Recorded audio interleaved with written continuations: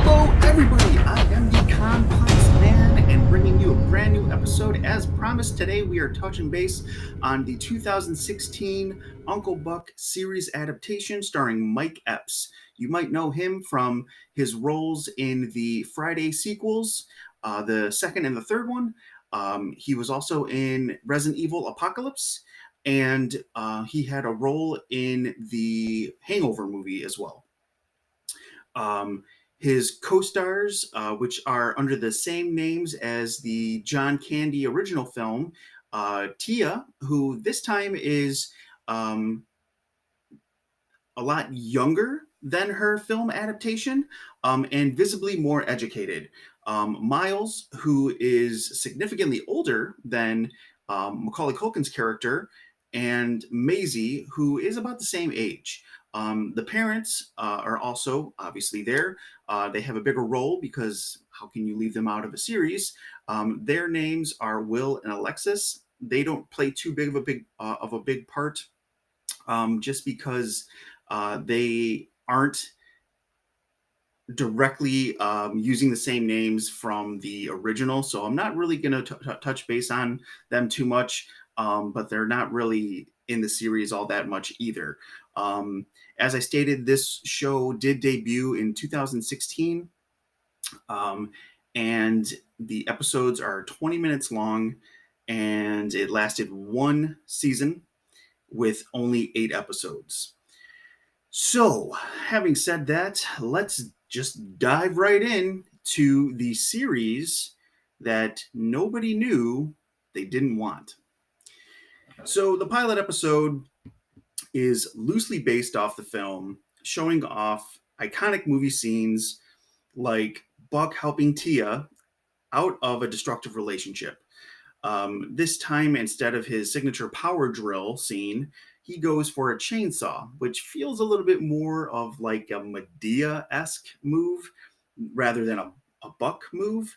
Um, the scene essentially doesn't really work as much as the original scene from the movie did, because essentially these are teenagers, so they're still kids at this point, and it's not as impactful and heroic as the film made it out to be.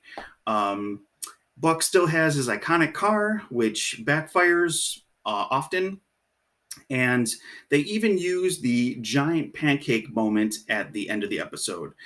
For the most part, they tried to sum up the entire original film's message in 20 minutes, which doesn't work because the characters are just being established.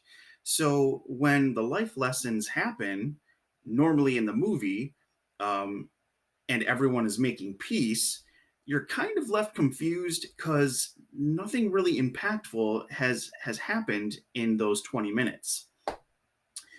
Um, Episode 2 touches base with the title Little Scarface, where Buck uses his know how to help sell Girl Scout cookies for Maisie, the youngest daughter.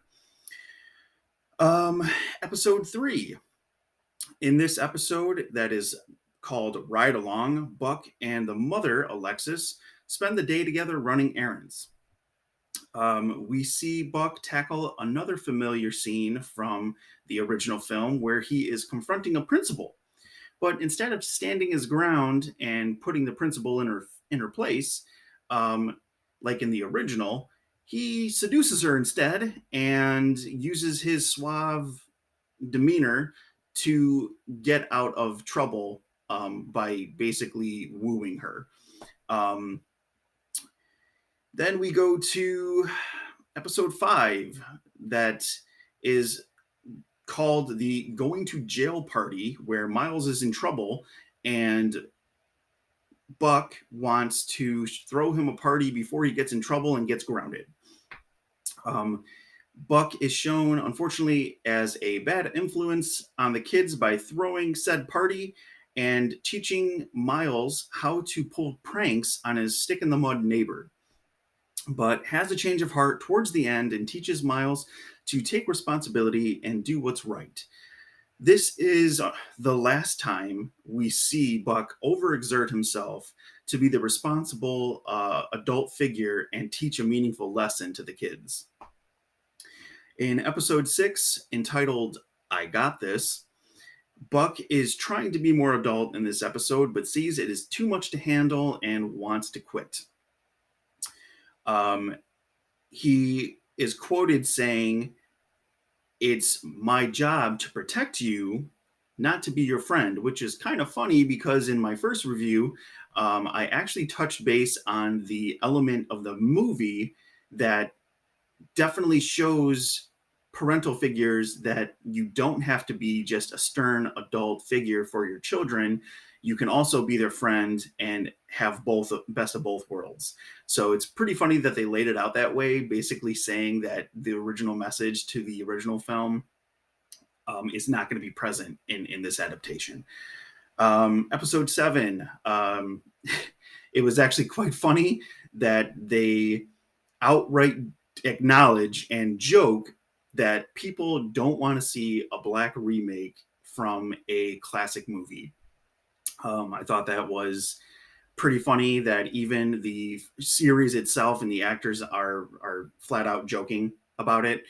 Um, and then episode 8, Block Party.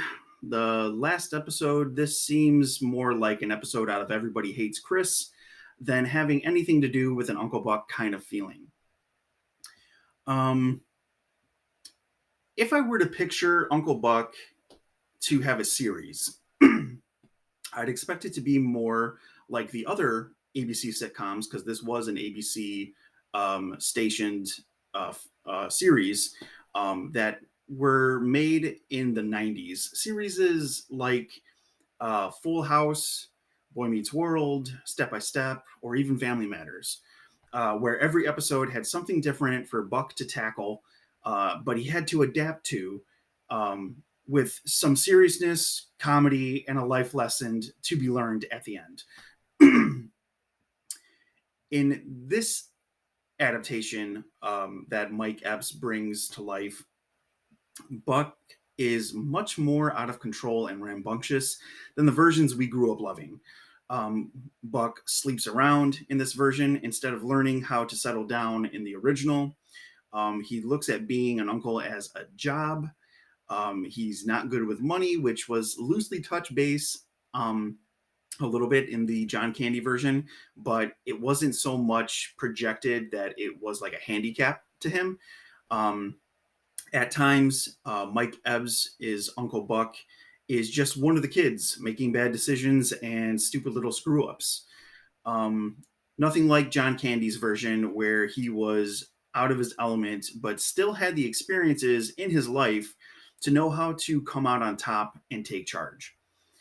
Where Candy was a leader and authority figure who was going to be determined to win you over, whether you liked his methods or not, Epps is just someone that is unfortunately at the wrong place at the wrong time, often not having a plan to getting out of the message that he initially starts.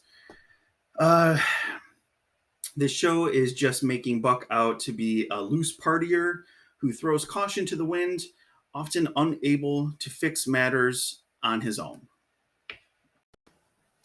So, not much else can be said about this series. The reviews kind of speak for themselves. Um, it left a lot of critics wondering why they even wanted to bring back, after so many years, the character of Uncle Buck, and change it up in a way that they did.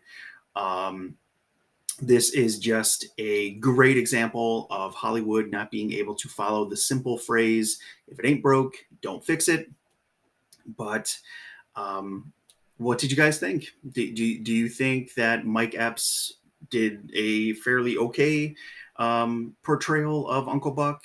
Did you miss John Candy's kind of characteristics and charisma that he brought to the character originally? Did you want to see somebody that fit that mold instead of changing it up in the way that in the direction that they went? Or oftentimes I've said this, where there are certain actors that just are being themselves in every other project that they're put into. I said that was Seth Rogen.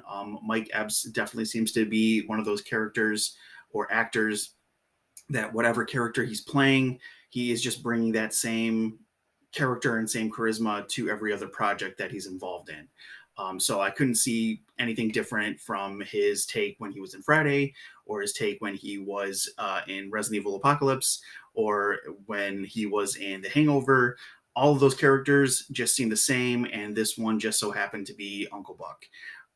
It was funny because a lot of the times while watching the show, I felt that he was like slipping into more of a Tracy Morgan type persona, you know, with like the way he would like stand, or the way that he would, you know, like drag out some of his lines, or like the characteristics or facial expressions that he would use. It seemed a little bit more like a Tracy Morgan esque vibe. So I wonder why they just didn't go to him if that's what they were originally going to go with.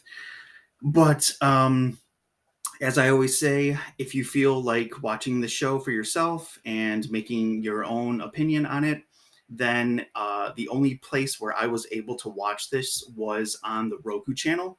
If you have a smart TV or if you have a Roku device, then that'll be the easiest way to get that on your TV. Other than that, then you're probably going to be left watching it on your laptop or your phone, something that you can actually download the app on.